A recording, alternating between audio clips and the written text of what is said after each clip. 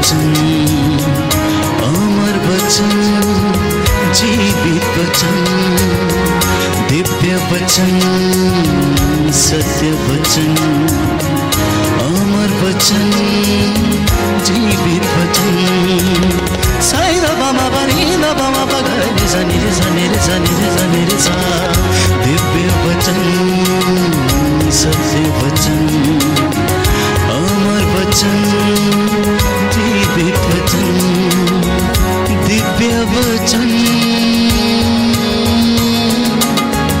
दिव्य वचन।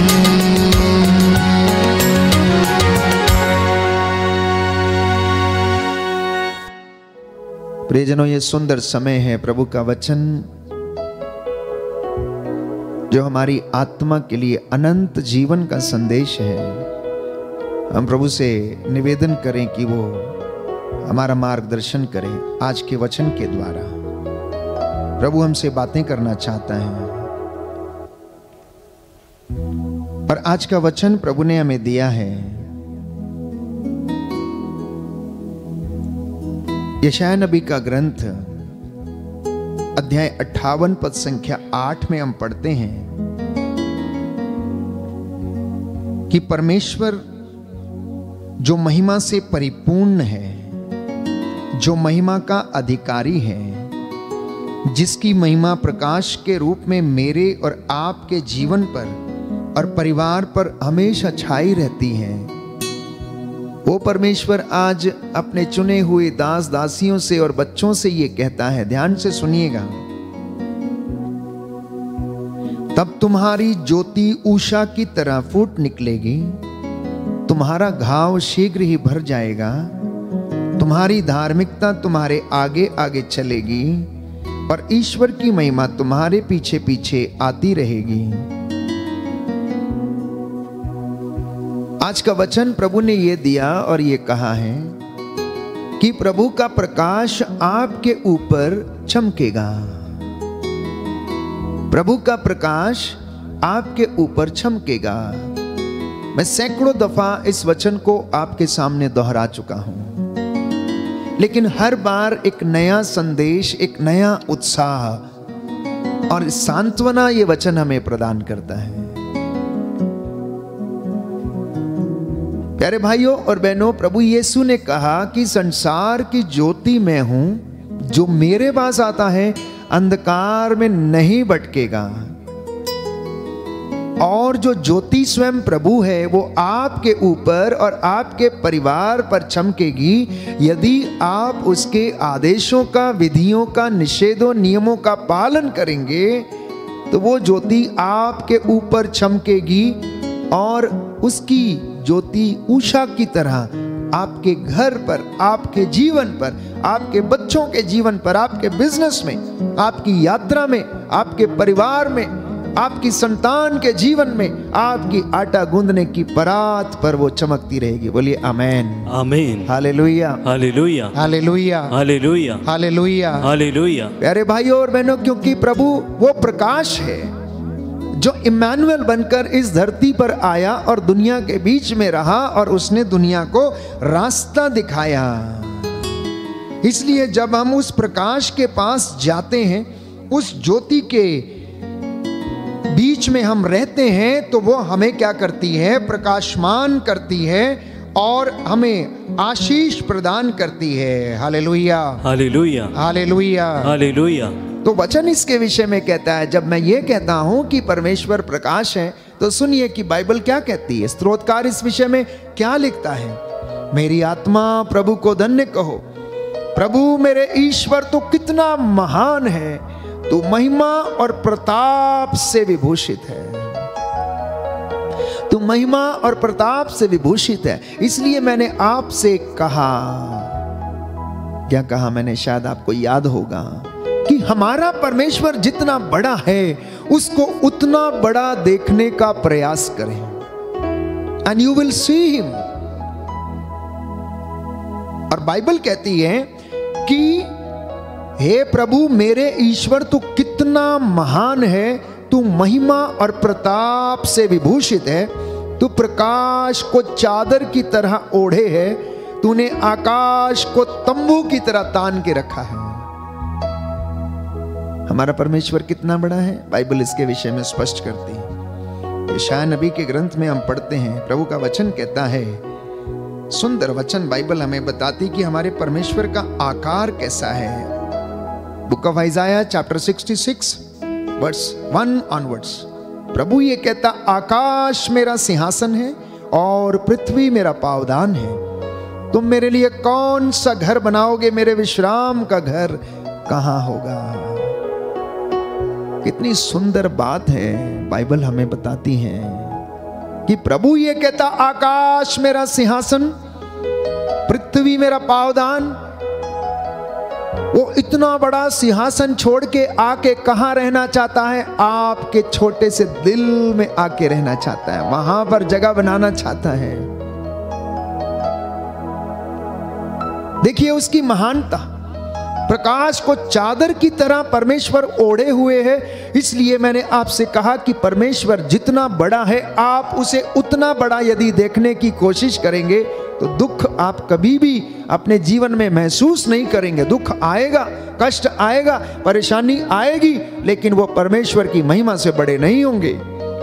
परमेश्वर की कृपा से हमारा दुख बड़ा नहीं है, हमारी समस्याएं परमेश्वर की कृपा से बड़ी नहीं हैं।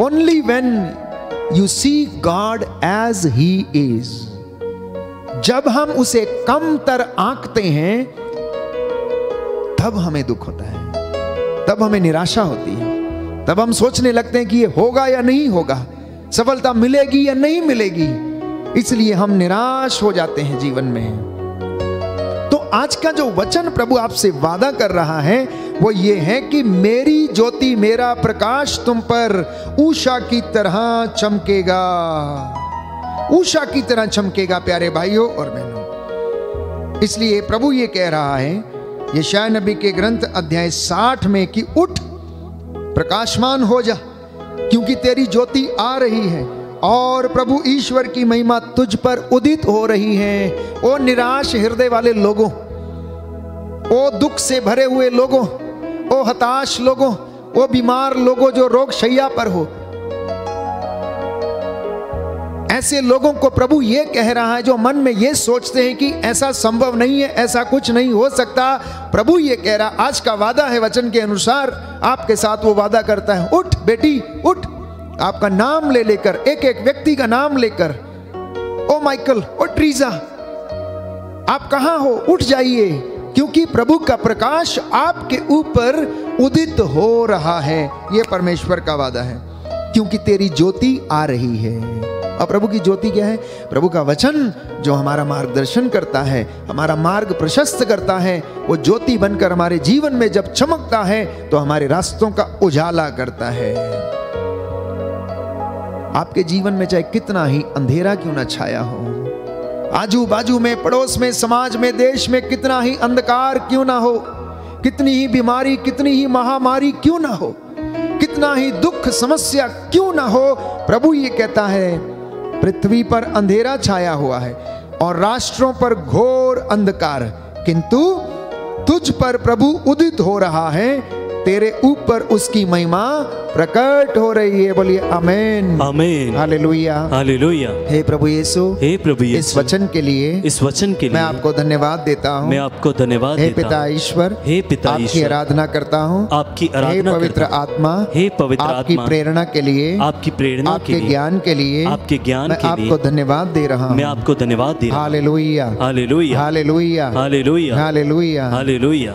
तो प्रियजनों, इंसान आज अंधकार में है।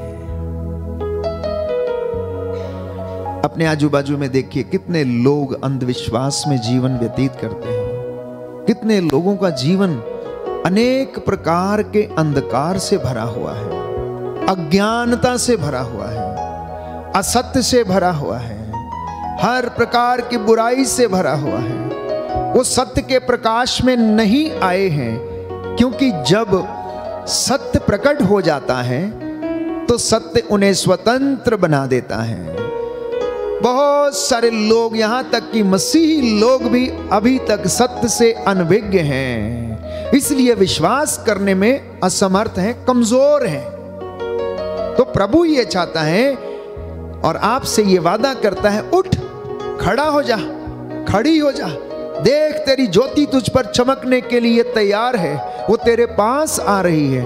कौन सी ज्योति है? प्रभु का कलाम जो आपका रास्ते का उजाला करता है, वो कलाम आपका मार्ग प्रशस्त कर रहा है। बोलिए आमेन, आमेन। और इसके विषय में बाइबल स्पष्ट करती है। तो प्रभु ये कहता है, क्या तुम नहीं जानते कि जब मैं मिस्र की गुलामी से इजरायली जनता को छुड़ा कर लेके आ रहा था, तो रास्ते में मैंने उनके लिए कौन कौन से चमत्कार किए? फिरौन की सेना उनके पीछे भाग रही थी, उनके पीछे टूट पड़ी थी, उन्हें मार डालना चाहती थी, बंदी बनाना चाहती थी, वापस लेकर जाना चाहती थी। कितना दुख उनके जीवन में था, कितनी चिंता और शायद निराशा उनके जीवन में थी। लेकिन बाइबल कहती है, मैं आपके लिए वचन पढ़ूंगा, निर्गमन ग्रंथ अध्याय 14 पद संख्या 19। प्रभु का दूत जो इजरायली सेना के आगे आगे चल रहा था, अपना स्थान बदलकर सेना के पीछे पीछे चलने लगा। बादल का खंबा जो सामने था, लोगों के पीछे आ गया और मिस्रियों तथा इजरायलियों दोनों सेनाओं के बीच में खड़ा रहा। बादल के एक तरफ अंधेरा था और दूसरी तरफ रात में प्रकाश दे रहा था। इसलिए उस रात को दोनों सेनाएं एक दूसरे के पास नहीं आ सकी। देखिए प्रभु की योजना, इजरायलियों को बचाने के लिए, आपको बचाने के लिए परमेश्वर आकर आपके और दुश्मन के बीच में खड़ा हो जाता है और आपकी रक्षा करता है, वो आपको बचाता है। बाइबल स्पष्ट करती है, इजरायली जनता जब भाग रही थी तो बादल का खंबा जो उनके आगे आगे चल रहा था, अब क्या उनके पीछे आ गया, क्योंकि फिरौन की सेना उनके ऊपर टूट पड़ने वाली थी और उनका नाश करना चाहती थी। तो परमेश्वर ने आदेश दिया और आदेशानुसार वो बादल का खंबा उनके पीछे चलने लगा और दोनों के बीच में उसने क्या कर दिया, एक अंधेरा प्रकट कर दिया और वे मिल न सके। फिरौन की सेना उनके ऊपर आक्रमण न कर सकी। हमारा परमेश्वर, प्यारे भाइयों और बहनों, दयालु करुणामय परमेश्वर है। सहज ही द्रवित हो जाता है, लेकिन वो हमको प्यार करता है। तो इसलिए बाइबल कहती है, जिसे वो प्यार करता है उसे छड़ी भी लगाता है, जिसे वो प्यार करता है उसे छड़ी भी लगाता है। और इसलिए बाइबल हमें बताती है कि अगर आप प्रभु की महिमा में रहना चाहते हैं तो हमें धार्मिकता और विनम्रता का जीवन व्यतीत करने की आवश्यकता है। Hallelujah, hallelujah, hallelujah, hallelujah, hallelujah, hallelujah, hallelujah, hallelujah. तो जब हम धार्मिकता का जीवन व्यतीत करते हैं, पवित्रता की साधना करते हैं, विनम्रता की साधना करते हैं, तो उसका ये प्रकाश, उसकी ये महिमा जैसी वो है हमारे जीवन पर, परिवारों पर प्रकट होती है। मुझे बहुत खुशी है कि आपके जीवन में प्रभु लगातार काम कर रहा है। मुझे बहुत खुशी है कि आप में से बहुत सारे लोग परमेश्वर के वचन से उत्साहित होकर अपने जीवन में उसकी दया का अनुभव कर रहे हैं। परमेश्वर नित्य प्रतिदिन आपसे बातें करता है और आपके घरों में उजाला करता है, आपके जीवन को प्रशस्त करता है, आपका मार्ग प्रभु प्रशस्त करता है, क्योंकि उसका वादा है कि मैं तुम्हारे साथ रहूंगा, मैं तुम्हें अकेला नहीं छोड़ूंगा, मैं तुम्हें अनाथ नहीं छोड़ूंगा। Hallelujah, hallelujah. हे प्रभु यीशु, हे प्रभु यीशु, इस वचन के लिए मैं आपको धन्यवाद देता हूँ, मैं आपको धन्यवाद देता हूँ, आपकी आराधना करता हूँ, आपकी आराधना करता हूँ, आपकी महिमा गाता हूँ, आपकी महिमा गाता हूँ, आपकी जय जयकार करता हूँ, आपकी जय जयकार करता हूँ। Hallelujah, hallelujah. तो प्रभु जो प्रकाश की चादर ओढ़े हुए है, नबी जकरिया के ग्रंथ में पढ़ते हैं, अध्याय 2 पद संख्या 9 में, book of Zechariah chapter 2 verse 9, प्रभु ये कहता है कि मैं स्वयं उसके चारों ओर आग की दीवार बनकर रहूंगा और अपनी महिमा के साथ उसके बीच में निवास करूंगा। तो परमेश्वर की महिमा आपके घर में रहने के लिए, निवास करने के लिए आती है। ये परमेश्वर वादा करता है। आज ये परमेश्वर का वादा है कि अगर तुम धार्मिकता का, पवित्रता का, विनम्रता का, सहनशीलता का जीवन बिताओगे तो मेरी महिमा तुम्हारे बीच में निवास करने के लिए आएगी। वो आपके घर में रहेगी, आपके कामकाज में रहेगी, आपके बिजनेस पर उसकी महिमा छाई रहेगी, उसको वो प्रकट करेगा, आपको निराश नहीं होने देगा। आपके दुख में, आपकी बीमारी में, आपकी परेशानी में, आपकी चिंता में वो आपको निराश नहीं होने देगा। प्यारे भाइयों और बहनों, बाइबल स्वयं इस बात को स्पष्ट करती है। जब शत्रु तेरे चारों ओर घेर कर तुझे खड़े हो जाएंगे, मैं आग की दीवार बनकर तेरी रखवाली करूंगा और तेरे चारों ओर मैं खड़ा रहूंगा। ये परमेश्वर का वादा है अपनी प्रजा के साथ, आप लोगों के साथ, जिसे वो प्यार करता है, जिसे उसने बचपन से चुना। आपको एक राजकीय याजक वर्ग के रूप में उसने चुना, आपको उसने अपनी हथेली पर गढ़ा, मां के गर्भ में रचने से पहले आप लोगों को पुकारा और आपको एकत्र किया। विभिन्न राष्ट्रों से आपको इकट्ठा करके उसने एक मंदिर के नीचे, एक छत के नीचे आपको इकट्ठा किया। इसलिए आप इस वक्त जहां कहीं भी रहते हैं, जिस किसी शहर में आप रहते हैं, वहां आपकी एक कलीसिया है और आप उस कलीसिया के सदस्य हैं। उस कलीसिया में पवित्र भवन है, उस पवित्र भवन की छत के नीचे बैठकर आप उसकी आराधना करते हैं और उसकी महिमा आपको घेरे रहती है। आपका छोटा सा घर भी एक घरेलू कलीसिया के रूप में है, जिसे परमेश्वर क्या करता है, अपनी आग के द्वारा, अपने दूतों के द्वारा उसे सुरक्षित रखता है और उस पर अपनी महिमा प्रकट करता है। Hallelujah, hallelujah, hallelujah, hallelujah. हे प्रभु यीशु, हे प्रभु यीशु, मैं विश्वास करता हूँ, मैं विश्वास करता हूँ आपने मेरे घर को, मेरे परिवार को, मेरी संतान को, अपनी पवित्र महिमा से, अपनी पवित्र महिमा से विभूषित किया है।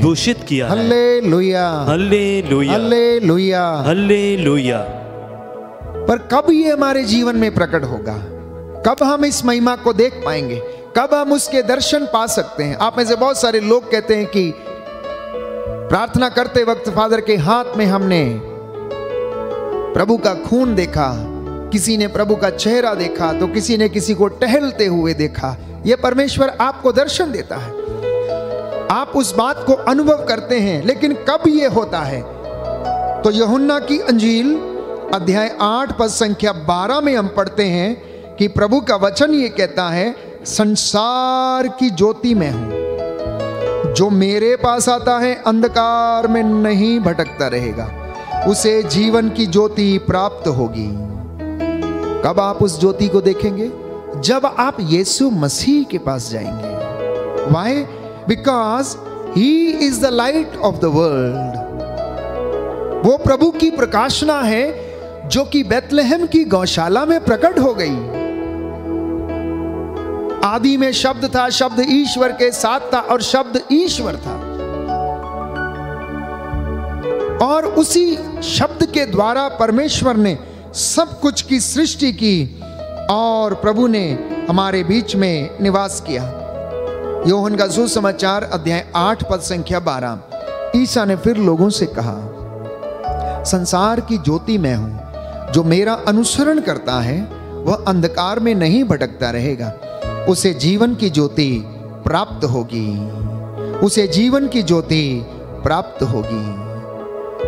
तो ये महिमा देखने के लिए, ये प्रकाश पाने के लिए, जिस विषय में प्रभु यीशु हमसे वादा ये करता है कि उषा ज्योति उषा की तरह तुम्हारे ऊपर चमकेगी, तो मुझे और आपको प्रभु के पास जाने की आवश्यकता है, पवित्र संस्कार की आराधना करने की आवश्यकता है, अपने भाइयों के साथ प्रेम व्यवहार से रहने की आवश्यकता है, प्रभु का पाक कलाम सुनने, पढ़ने और सुनाने की आवश्यकता है, उसकी हुजूरी में आकर उसकी महिमा में रहने की आवश्यकता है, क्योंकि वो स्वयं ज्योति है और जो ज्योति के पास जाता है, संत यूहन्ना के पहले पत्र में हम पढ़ते हैं, वो स्वयं ज्योति बन जाता है।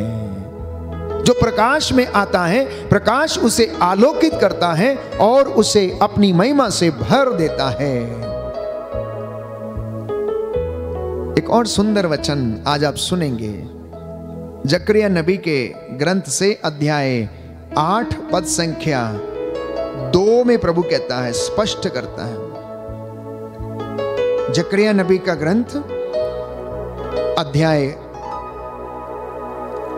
8 पद संख्या 2 और उससे आगे। Book of Zechariah chapter 8 verse 2। विश्वमंडल का प्रभु ये कहता है, मैं सियोन की बहुत अधिक चिंता करता हूं, मुझ में उसके प्रति प्रबल उत्साह है। See the beauty of the word of the Lord, that I worry about Zion, I worry about Zion, I worry about Israel, I worry about my own chosen race, my own chosen people. प्रभु आपकी चिंता करता है और प्रभु ये कहता है कि मुझे उसके प्रति प्रबल उत्साह है। I am so much anxious about them. वो कहता है, मेरी बेटी, मेरे बेटे, आपका नाम ले लेकर अपने आप से कहना कि प्रभु ये कहता है कि मरिया, मैं तुम्हारे विषय में बहुत उत्साहित हूं, मुझे तुम्हारी सहायता करने में बहुत आनंद आता है। विक्टर, मुझे तुम्हारी सहायता करने में आनंद आता है। अगर इस बात को, इस वचन को आप अपने जीवन से कंटेक्चुअलाइज करके पढ़ेंगे तो आप इस बात को महसूस करेंगे। जब मैं ये वचन पढ़ रहा था तो मुझे लगा कि प्रभु ने मुझसे कहा कि अशोक, मुझे तेरे प्रति प्रबल उत्साह है क्योंकि मैं तेरी चिंता करता हूं। मुझे तेरे प्रति प्रबल उत्साह है, मैं तेरी चिंता करता हूं। ओ धमौला की कलीसिया, ओ असम की कलीसिया, ओ भारत देश की कलीसिया, मुझे तेरे प्रति एक प्रबल उत्साह है, मुझे तेरे प्रति मैं चिंता करता हूं और मैं देख तेरे बीच में निवास करने के लिए आता हूं। इतना ही नहीं, अगले वचन में यदि पढ़ेंगे तो हम इस उत्साह को समझने में असमर्थ रहते हैं। Sometimes we fail to understand the mercy of the Lord. Sometimes we fail to understand the love of God. Sometimes we fail to understand what He thinks about us. वो हमारे बारे में क्या सोचता है, हमारे लिए कौन सी योजनाओं को पूरा करता है, ये लोक धर्मी समझ नहीं पाते हैं, विश्वासी भाई समझ नहीं पाते हैं, विश्वासी बहन समझ नहीं पाती हैं। और प्रभु कहता है, मैं आपके लिए वचन पढ़ूंगा अध्याय 8 पद संख्या 14 में, book of Zechariah chapter 8 verse 14, कि प्रभु के 2 लक्ष्य रहते हैं। पहला लक्ष्य क्या है? जब वो हमसे नाराज हो जाता है, उसका कोप जब प्रकट होता है, तो देखिए वचन क्या कहता है, अध्याय 8 पद संख्या 14 बुक ऑफ जकरिया। विश्वमंडल का प्रभु ये कहता है, तुम्हारे पूर्वजों के दुष्कर्मों से तंग आकर जैसे मैंने तुम्हारे अनिष्ट करने का निश्चय किया था, यह विश्वमंडल के प्रभु की वाणी है, और अपने निश्चय पर मैं अटल रहा, वैसे ही अब मेरा दूसरा लक्ष्य है।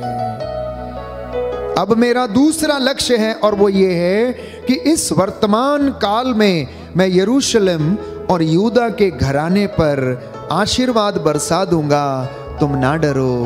मैं आशीर्वाद बरसा दूंगा यूदा के घराने पर, इज़राइल के घराने पर, याकूब के घराने पर, आपके घराने पर, आपकी कलीसिया में जितने परिवार हैं, इन सब के घराने पर मैं क्या कर दूंगा? वर्तमान समय में मैं आशीर्वाद बरसा दूंगा। आपके बड़े बूढ़े स्वप्न देखेंगे, आपकी संतानें अब तंगी में नहीं रहेगी, आपके बच्चे अब क्या करेंगे?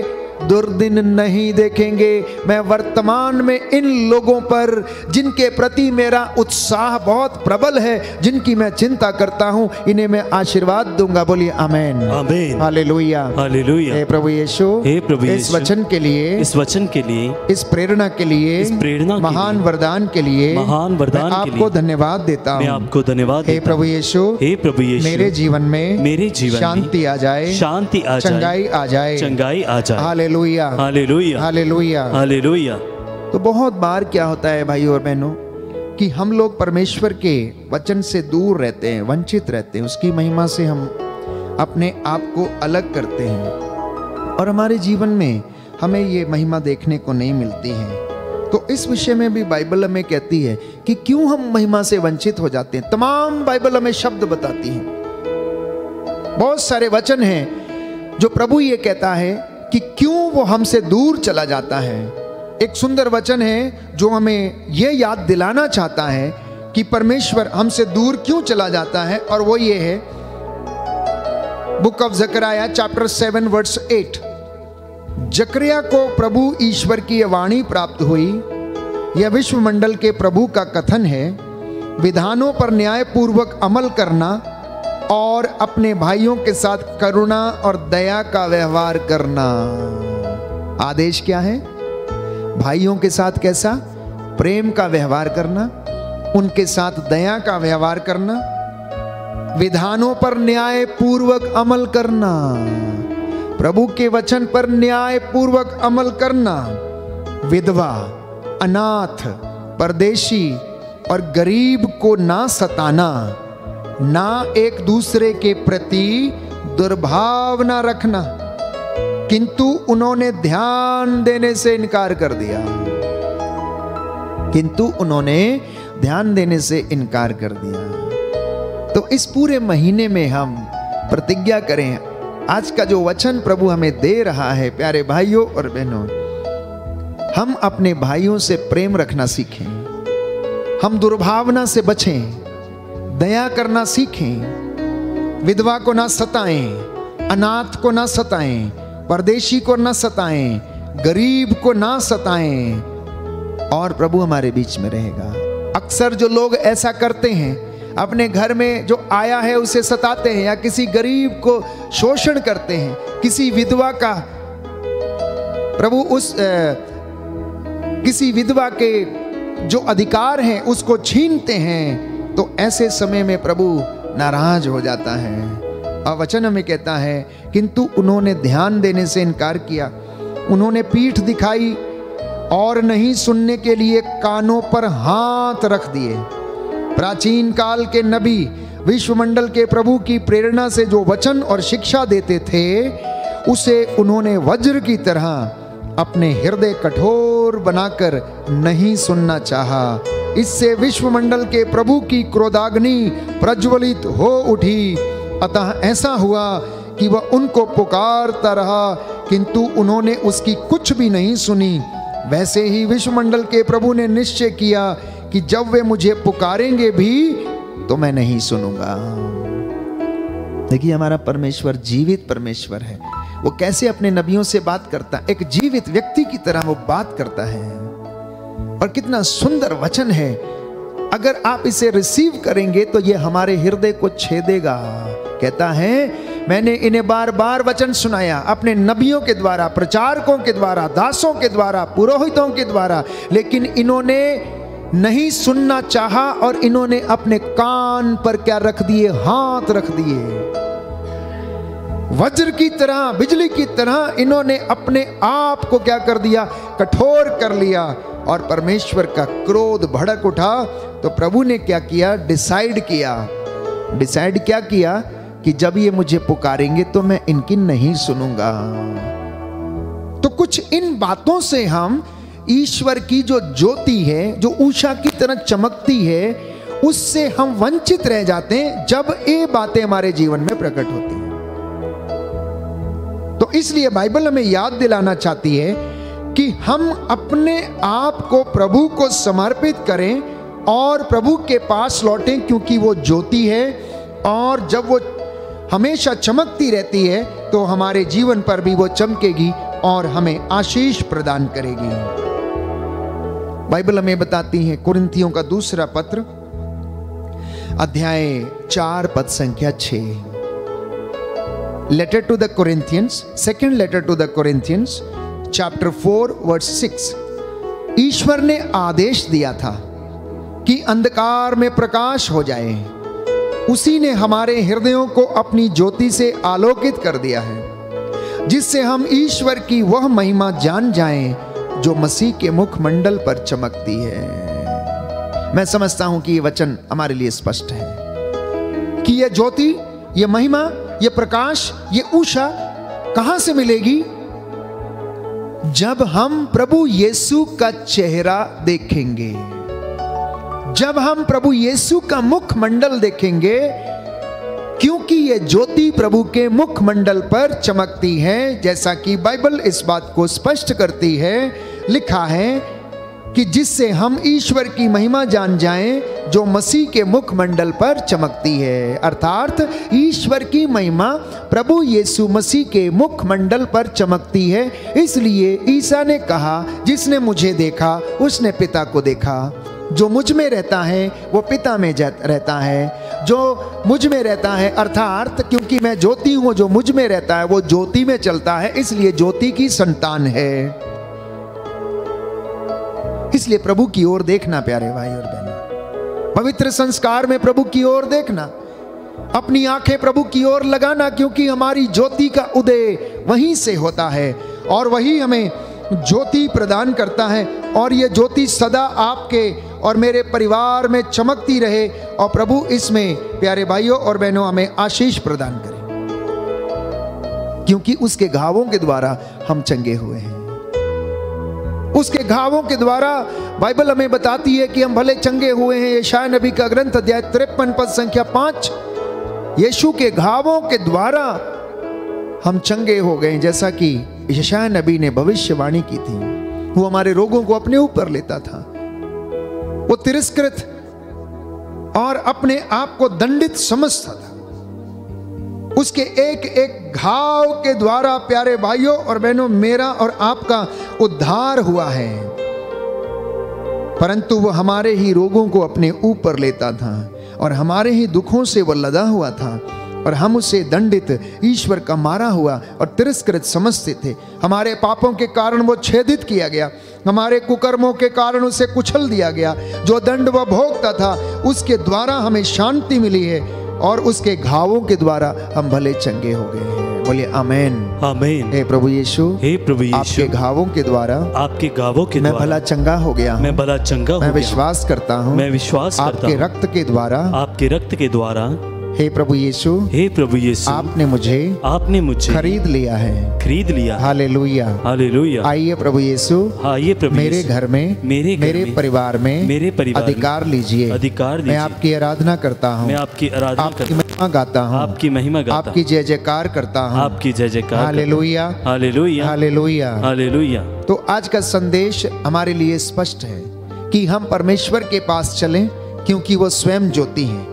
और जब हम ज्योति के प्रकाश में रहते हैं तो उस ज्योति का उदय जो हम पर होता है वो हमें स्वयं प्रकाशमान करता है और हमारा जीवन, हमारा परिवार, हमारा घराना उसके पवित्र प्रकाश से प्यारे भाइयों और बहनों दमक उठता है, चमक उठता है। हमें निराशा नहीं होती। जो अंधकार में है, जो निराश हैं, जो बीमारियों में हैं, आज विश्वास करके प्रभु की ओर देखें, उसके मुखमंडल की ओर देखें, क्योंकि पिता की महिमा यीशु के मुखमंडल से चमक रही है। वो आपके घर में चमकेगी, आज की रात्रि आपके घर में चमकेगी। अगर लोग तौबा करेंगे, अपने गुनाहों को छिपाएंगे नहीं, प्रभु के पास आएंगे, प्रकाश में लौटेंगे, तो वो आपको आपके अहंकार से, आपको आपके घमंड से, आपको हर प्रकार की बदकारी से वो आजाद करेगा और वो आपको अपनी रूह का दुगना मसा प्रदान करेगा। अगर किसी को शक है तो प्रभु कहता, परख कर देख लो कि परमेश्वर कितना भला है। वो परमेश्वर जो हमसे प्रेम करता है, वो परमेश्वर जो हमारे आगे आगे चलता, वो परमेश्वर जो आग की दीवार की तरह हमारे इर्द गिर्द खड़ा होकर हमारी रक्षा करता है, वो परमेश्वर जो हमें दास्ता से छुड़ा कर ले आया, आज हमसे वो वादा करता है। इसलिए नबी सफन्या के ग्रंथ में हम पढ़ते हैं अध्याय 2 पद संख्या 3 और उससे आगे, बुक ऑफ ज़ेफनाया चैप्टर 2 वर्स 3, ईश्वर के आदेश पर चलने वाले देश भर के विनम्र लोगों, मतलब ये वचन आपसे है, प्रभु आपसे बातें कर रहा है कि हे ईश्वर के आदेश पर चलने वालों, देश भर के विनम्र लोगों, धार्मिकता तथा विनम्रता की साधना करो। धार्मिकता तथा विनम्रता की साधना करो, तब ईश्वर के क्रोध के दिन तुम संभवतः सुरक्षित रह सकोगे। ईश्वर के क्रोध के दिन संभवतः तुम लोग क्या रह सकोगे? सुरक्षित रह सकोगे। नबी सफन्या का ग्रंथ, प्यारे भाइयों और बहनों, जकरिया नबी के ग्रंथ के पहले आज का ये सुंदर वचन हमें प्रभु देता है कि ये मेरे ईश्वर के आदेशों पर चलने वालों, देश भर के विनम्र लोगों, धार्मिकता तथा विनम्रता की तुम साधना करो, तब ईश्वर के क्रोध के दिन तुम संभवतः सुरक्षित रह सकोगे। आज के वचन मेरा और आपका मार्गदर्शन करें। परमेश्वर इस वचन के द्वारा हमारी रूह को तरोताजा करे और हमें आशीष प्रदान करे। आइए इस वक्त हम प्रार्थना करेंगे, प्रभु हमारे जीवन में आशीष लाए और बंधन टूटे। यीशु मसीह जो एकमात्र परमेश्वर है, जो हमें मुक्ति दिला सकता है, आज हम पर दया करें। मैं आप सबके लिए प्रार्थना करूंगा, परमेश्वर की रूह का दुगना मसा हम लोगों पर उतरे और आशीष प्रदान करे।